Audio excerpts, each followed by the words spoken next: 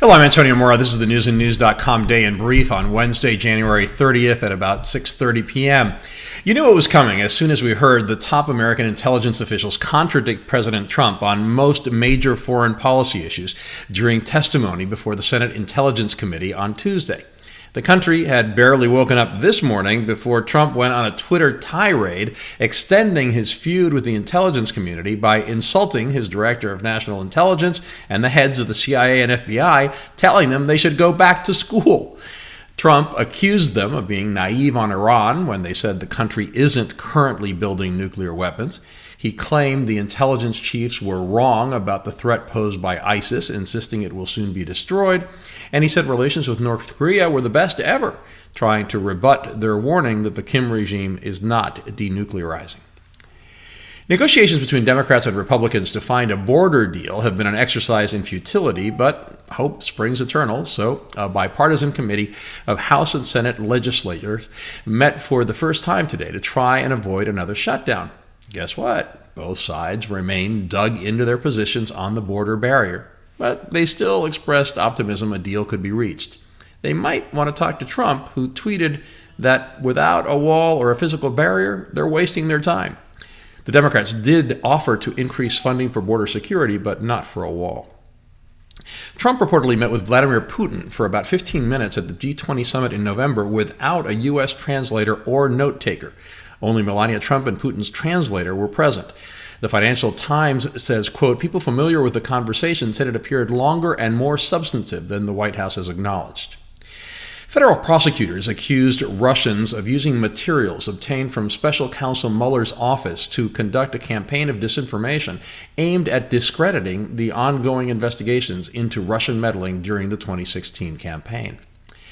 The polar vortex that began descending on the Midwest Tuesday night has sadly lived up to its billing. The feel-like temperature hit 77 below zero in Thief River Falls, Minnesota. That's close to the average temperature on Mars.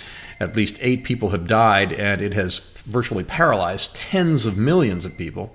Most of Chicago was closed today, from businesses to schools. Many will keep their doors shut on Thursday, as the eastern half of the U.S. will remain in a deep freeze. The Federal Reserve kept interest rates unchanged today and said it will be patient in raising rates in the future.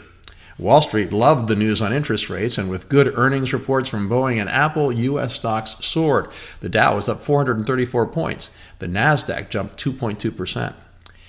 Protests erupted throughout Venezuela today, demanding a transition to democracy, while Trump called to express his support for Juan Guaidó, the head of the country's National Assembly, who has been recognized as Venezuela's president by the U.S. and most major countries in the Americas. Trump is claiming that his imposition of sanctions on the Venezuelan oil company has pushed the country's dictator, Nicolás Maduro, to accept negotiations with the opposition. Trump conveniently ignores the fact that Maduro had already accepted negotiations, and that in the past Maduro has approached talks with the opposition in bad faith as a tool to diffuse tensions. Trump also didn't mention a much more important point, that despite the sanctions, Maduro rejected new internationally supervised elections.